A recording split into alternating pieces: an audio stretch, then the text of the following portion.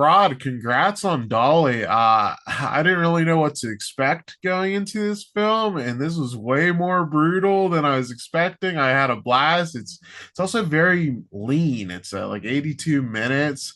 Can you speak about just the creative decision to really just go for it? Because this movie is brutal.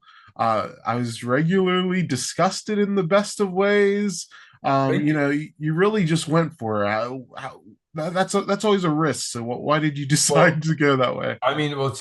it's funny you mentioned the runtime, like no money, no time, right? So like there isn't a wasted shot. And in fact, like my editor, Justin Oki, actually got really crafty in some sections and like kind of reused shot, reverse shot, or not reused, but like found ways to draw scenes out because I think the movie ultimately might have been a little shorter had he not been such an incredible like collaborator in that regard. But I'll tell you why. The reason why I went for it, and I've been saying this recently to a bunch of people, just people in my life, is like I'm 45, I have two kids, I'm trying to make a living. I'm trying to make my way in the world and I'm tired of people telling me no, right? Like, and so I was like, well, if I can show you all the things, like I just haven't had the chance to make a movie like this and this insane. Like, I think my other movies were safe, right? Like, I mean, set like they were safer relative to, I mean, for other reasons. But I was like, well, I'm gonna plant the flag. I'm gonna fly my freak flag. I'm gonna make something nuts because that's also an equal part of me. Like I like crazy shit. Why not do that? If I don't do this now, maybe I'll never get the chance. So here we are, and I'm glad that you find it crazy. Yeah, I'm so glad you let your freak flag fly because it's really fun, and we've seen stuff like Terrifier and In a Violent Nature really show that there is this audience that wants gore and kills that are more wild than what the studio horror films will provide. Do you think that there's kind of an opening because that niche is kind of established now that we can make and distribute these ultra violent films like Dolly? Maybe. I mean, it's interesting. Like, when I was first took this movie out, like I took it to everybody in Hollywood. Like, I've made a couple big movies, and they were like, "Well, this is too crazy for us. Like, we can't make this. Come back to us maybe when you finish this, and we'll take a look at it." But what I love about independent cinema and independent horror is that people aren't afraid, right? And I think that like everything can exist, right? There is ample room for the Hollywood studio movies, which don't get me wrong, like I have many of those I want to make. I sold a horror thriller to Amblin years ago that's set in my hometown where the protagonist is my mother. Is going to function very differently. Like I developed this movie called Night Swim that my friend and I like, but it's a very different tenor of movie. There's room for it all. And I think what we are seeing though is that like there are people that are going, man, there's there's an audience out there that wants things a little more dangerous, right? Like and like why don't they deserve a nice dinner, right? Like we can all eat at the table, like and I'm very excited by that. At the same time, it'd be nice if you didn't have to kill yourself as an independent filmmaker if there's more institutional support for it because I think you are seeing that there is a large audience for it. And I don't know why that's happening now, but if it takes a bunch of these other movies and this point in cinematic history for that to happen, I'm grateful to be able to make my contribution. I wanted to ask you about working with Seann William Scott because you really put that guy through hell in this film. And it's just hilarious seeing he just gets increasingly disfigured. It's disgusting in this film. What made you want to, get a big name actor like Sean and then just ruin that recognizable face of his? I know you. No, I'm gonna try not to spoil this, but I saw a negative review that had a great headline that said something like, it's the headline was like, "Dude, where's my face?" And I was like, that's a great headline, even though they didn't like the film. The truth is, when you make a movie, you call your friends. That's just what I did here. Sean and I became friends in 2019. He likes many different things. he wants to do many different things. He kind of ended up doing one thing for most of his career so far, you know. So, but I was like, man, I've got a role for you, and he just showed up, right? He's like, and it was hard, and it sucked. It's hard to like, it's hard to crawl through the woods looking like that with those prosthetics on, and the homie did it, and that means a lot to me.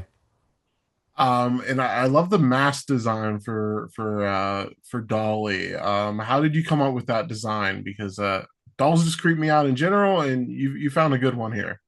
Well, Dolly, I mean, it's funny, like we worked with this incredible mask fabricator in the UK, Dan Martin, who's like worked, I don't know, on like all the Ben Wheatley movies and Possessor and Infinity Pool, and he's got this 13 Finger FX, and he's got this like storied genre horror film podcast that people that love, and Dan fabricated, brought to life what we had written, and what we'd written, Brandon Weevil and I had written, came from these important references in our life and things that had affected us as storytellers. I mean, for Brandon, like Brandon talked a lot about Tourist Trap. Like for me, it was Child's Play. It was living in the woods. It was like seeing something that you think looks at you, right? Or that is like clearly is inanimate, a doll, but it is you see something at the right time of day and you think maybe it's got some life behind it. At the same time, dolls and the way they exist in in this movie are like family, right? And so there's a whole element here to the house, to this dollhouse, and the familial life that the domestic, domestic sounds very nice and pleasant, but like the setting, and there's this like a whole reason for why they're all here, and also why people wear the mask, right? That's no different if it's Batman or Halloween. And so Dolly's the mask was kind of born out of these influences and things, and they just, the mask comes together the way it does. I saw you make a post on social media. You really want Stephen King to see this film. What Yes. about King's horror has meant to you? I want you to pitch him a little bit. Well, I mean, that I grew up without a TV and on a dirt road, a gravel road. My parents still live on the gravel road. And I would watch movies when I could at my friend's house. We lived a long way from a movie theater. I don't remember the first movie I saw in theaters, but they were always coming from the local jewelry store in town. The jewelry store also it had like a hallway of movies you could rent on VHS. And so when I couldn't watch movies and I couldn't like invite myself over to a classmate's house to watch movies, I read, right? And I a couple years ago when Night Swim came out, I had my mom go back to my childhood bedroom and all my Stephen King books, well, a couple are missing, are still there. And I just, I was thinking, like, I'm a product of that, right? I'm a product of all those books. And I keep thinking, man, maybe it, what would be the coolest full circle life moment than to have somebody who had an impact on me see the work I made and know that I'm trying my best to make the contributions that they have. And fuck it, I want to buy Stephen King 2 tickets to see my movie on opening weekend because that man has mattered to me, and the stories he has told and the worlds he's built have played a big part in my life. I love that. Let's will that into existence. My last question for you. It seems like the great Mike Flanagan is doing all of them now, but do you have a dream Stephen King adaptation you'd like to do? Oh my gosh, they were seemingly actually like all yes, not right now because everyone Mike Flanagan does have them all locked down. I tried to show Mike Flanagan Dolly last year. He was making Carrie in Vancouver. I tried to get him to a screening I had. I don't know him, but I found his email on the internet because I'm a good sleuth. Um, dude, you know what? Everyone else who's making Stephen King movies has worked long and hard to get to the point to be able to make them. I'm gonna watch all those Mike Flanagan adaptations. At this point, I have many other original stories I want to tell though. So give me a call, everybody. I love it, Rod. Thank you so much for your time and congrats on Dolly. I had a blast Thank you, watching Tyler. this. I really appreciate it. It's very kind of you. Also, incredible beard. I'm very envious.